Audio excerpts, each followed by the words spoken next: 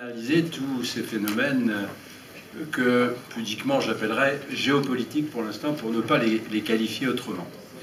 Alors, la deuxième partie de notre intervention va être consacrée à des exemples beaucoup plus localisés, c'est-à-dire pour essayer de démontrer un peu comment ces idéologies qui ont été décrites dans la première partie sont expérimentales ou effectives, les orateurs nous le diront, sur différents champs du territoire.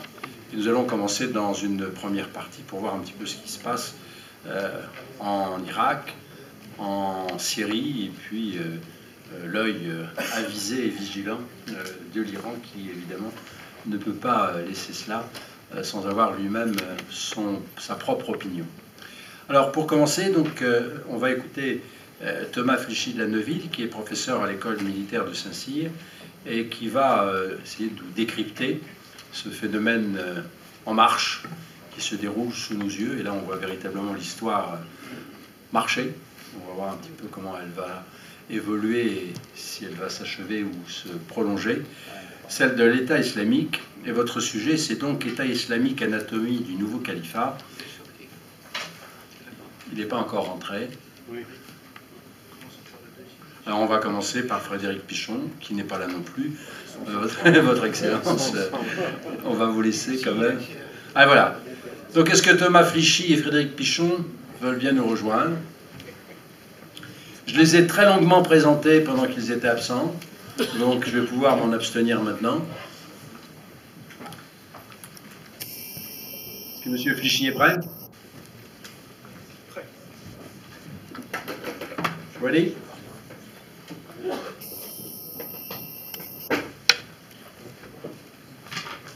Voilà, donc votre sujet, c'est État islamique, anatomie du nouveau califat.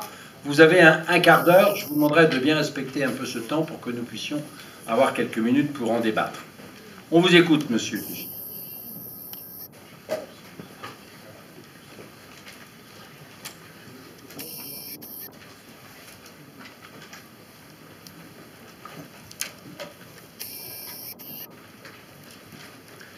Alors, un quart d'heure pour traiter l'État islamique. Je vais le traiter sous la forme de 15 questions et de 15 réponses. Première question, l'avènement de l'État islamique est-il une surprise? Eh bien, pas pour tout le monde, puisqu'en 2004, le National Intelligence Council publiait Cartographie du futur global, un document qui envisageait plusieurs scénarios pour le monde en 2020, et l'un de ces scénarios était intitulé « Le califat ». Je cite une phrase de ce rapport. « Une prise de pouvoir radicale dans un pays musulman du Moyen-Orient pourrait aiguillonner le terrorisme dans la région et redonner la confiance aux populations en leur montrant que le nouveau califat n'est pas simplement un rêve. En effet, poursuivait le rapport, les terroristes auront besoin d'un quartier général fixe afin de planifier et de mener leurs opérations. » Ce rapport s'était cependant trompé sur un point. En effet, la puissance du califat avait été surestimée. Ce n'est pas cette organisation terroriste qui va freiner la mondialisation. En réalité, le terrorisme n'a jamais empêché les grands empires de commercer. Ce n'est pas la piraterie qui a empêché l'Empire romain de commercer avec la Chine. Deuxième question, quelle est la nature de l'État islamique? Eh bien, celle-ci est double. L'État islamique, comme vous le savez, fait l'objet d'interprétations très divergentes, puisqu'en Occident, il est interprété comme une hydre autogénérée de criminels et de fanatiques sans aucun rapport avec l'islam, et que dans de nombreux pays arabo-musulmans, l'État islamique est vu, à l'inverse, comme une créature américaine permettant de déployer le chaos au Moyen-Orient. En réalité, si les analystes ont du mal à définir l'État islamique, c'est que sa nature est double. C'est à la fois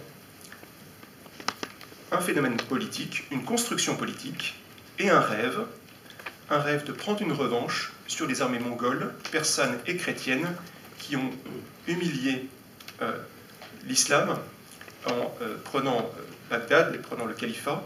Ce rêve de revanche a été longtemps oublié, même par Al-Qaïda, et aujourd'hui, il s'est concrétisé. Prochaine question, quels sont les fondements de l'État islamique? Là encore, ils sont doubles. Fondement religieux tout d'abord, puisque le projet bassiste se voulait laïque pour mieux fédérer des populations mélangées. Par réaction à ce projet, la majorité chiite en Irak s'est révélée plus religieuse, piétiste. Les affidés de l'État islamique sont donc dans une surenchère religieuse. L'autre base du califat est ethnique, puisque l'Irak, comme la Syrie, repose sur des tribus très anciennes, qui précèdent même la conquête islamique, des tribus qui rassemblent des sunnites et des chiites, des tribus à la tête desquelles il y a des chefs. Les Britanniques se sont appuyés sur ces chefs en leur déléguant des pouvoirs, en les divisant. Ces chefs ont des politiques personnelles et opportunistes. Ce sont des anciens officiers dégradés, des élites provinciales écartées du pouvoir. Pour ces chefs, l'État islamique n'est qu'un moyen et non une fin. Par conséquent, on peut en tirer déjà une leçon politique, c'est que pour affaiblir l'État islamique, il faudra jouer sur les rivalités entre les chefs opportunistes de l'État islamique, que sont ces anciens officiers déclassés. Quatrième question, quels sont les enjeux énergétiques du conflit? Le grand bénéficiaire de la guerre d'Irak, de la conquête américaine de l'Irak, c'est la Chine. La Chine qui a investi des dizaines de milliards de dollars dans le pétrole irakien. 10 000 travailleurs chinois sont aujourd'hui présents sur les sites des gisements irakiens. Par conséquent, la Chine, qui ambitionne de capter en 2035 80% du pétrole irakien, ne souhaite pas faire les frais d'une nouvelle guerre. Les États-Unis, comme vous le savez, sont devenus indépendants d'un point de vue énergétique. Ils viennent de se retirer d'Afrique de l'Ouest. Toute la géopolitique énergétique est à revoir. Tout ce qui a été dit depuis 6 mois est à revoir. Ils se retirent du Moyen-Orient, mais ils ne souhaitent pas, évidemment, que la Chine mette exclusivement la main sur le pétrole d'Irak. Ils ont opéré des frappes cet été afin de protéger les gisements du Kurdistan avec lesquels ils ont des accords. Cinquième question, quelles sont les différences entre l'État islamique et Al-Qaïda? La mutation symbolique, c'est que le califat a été rétabli le 29 juin dernier. C'est un programme politique, c'est une mue symbolique. La grande différence, c'est que l'État islamique prône l'étatisation du djihadisme. Donc il attire des mercenaires à lui. Il a recours aux attentats suicides avec plus de pragmatisme que la vieille Al-Qaïda, qui était pyramidale, secrète, autoritaire, transnationale. Daesh se veut ouvert, modernisé, enraciné, urbain. Al-Qaïda était soluble dans la mondialisation, mais l'État islamique a eu l'intuition que le monde de demain serait composé de nations, il serait marqué par un retour des identités, et en renouant avec le passé, il a pris un temps d'avance. Sixième question, quelles sont les racines historiques de l'État islamique? L'État islamique, je répondrai brièvement, c'est d'abord la réponse à une humiliation, car après l'effondrement du califat en 1258, le monde arabe sunnite semble avoir perdu la maîtrise de son destin. Et c'est donc la réponse à la double humiliation par l'Occident et le monde chiite, et également envers la puissance turque, l'empire turc ayant été oppressif envers ses sujets arabes et opportuniste en matière religieuse. Cette violence de l'État islamique se présente également comme une réponse désespérée à la stérilisation de l'innovation. Septième question, qui est Abou Bakr, le leader du mouvement?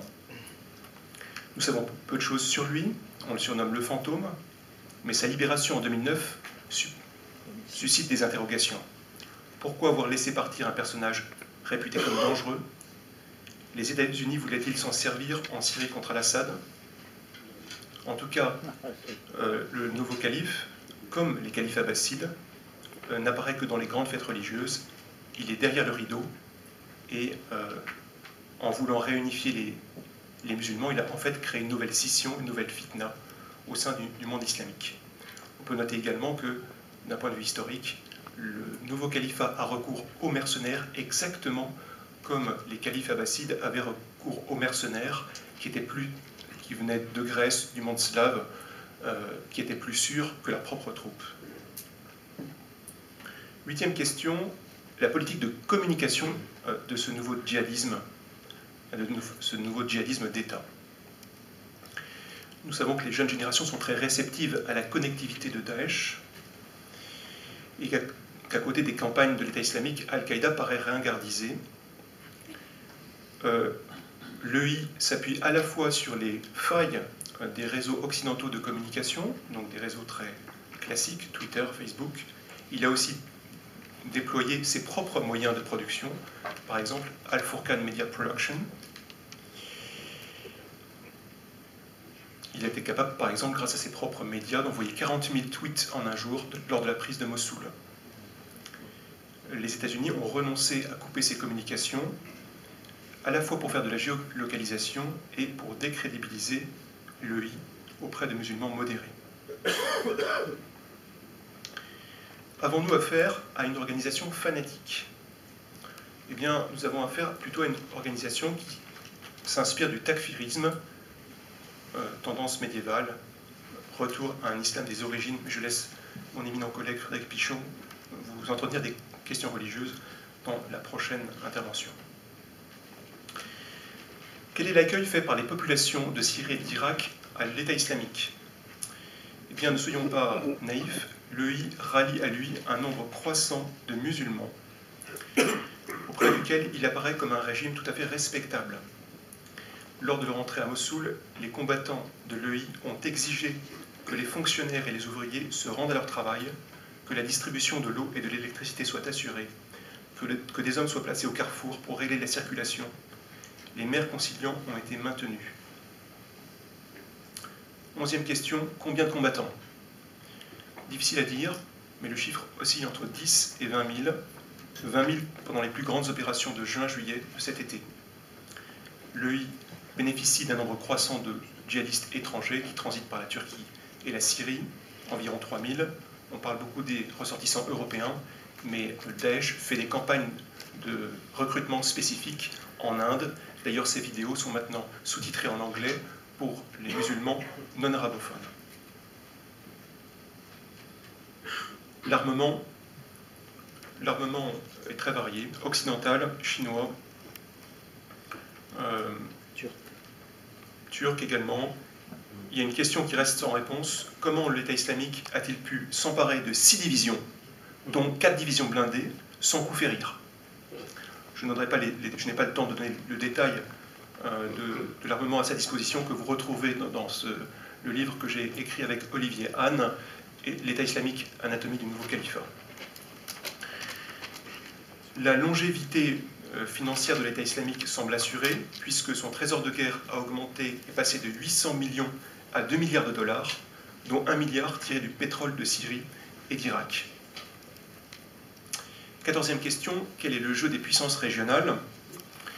Eh bien, pour comprendre ce jeu et ses faux semblants, il convient de raisonner non pas en fonction des postures médiatiques, mais bien des intérêts des États.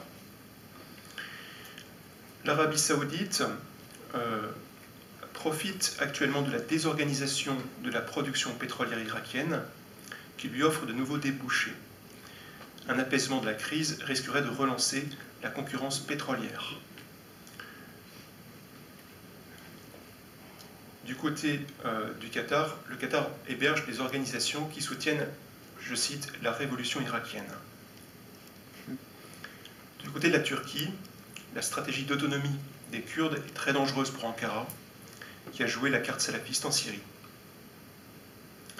Israël, fragilisé, n'a pas intérêt à un État islamique fort, il n'a pas non plus intérêt à un régime de Bachar al-Assad trop fort.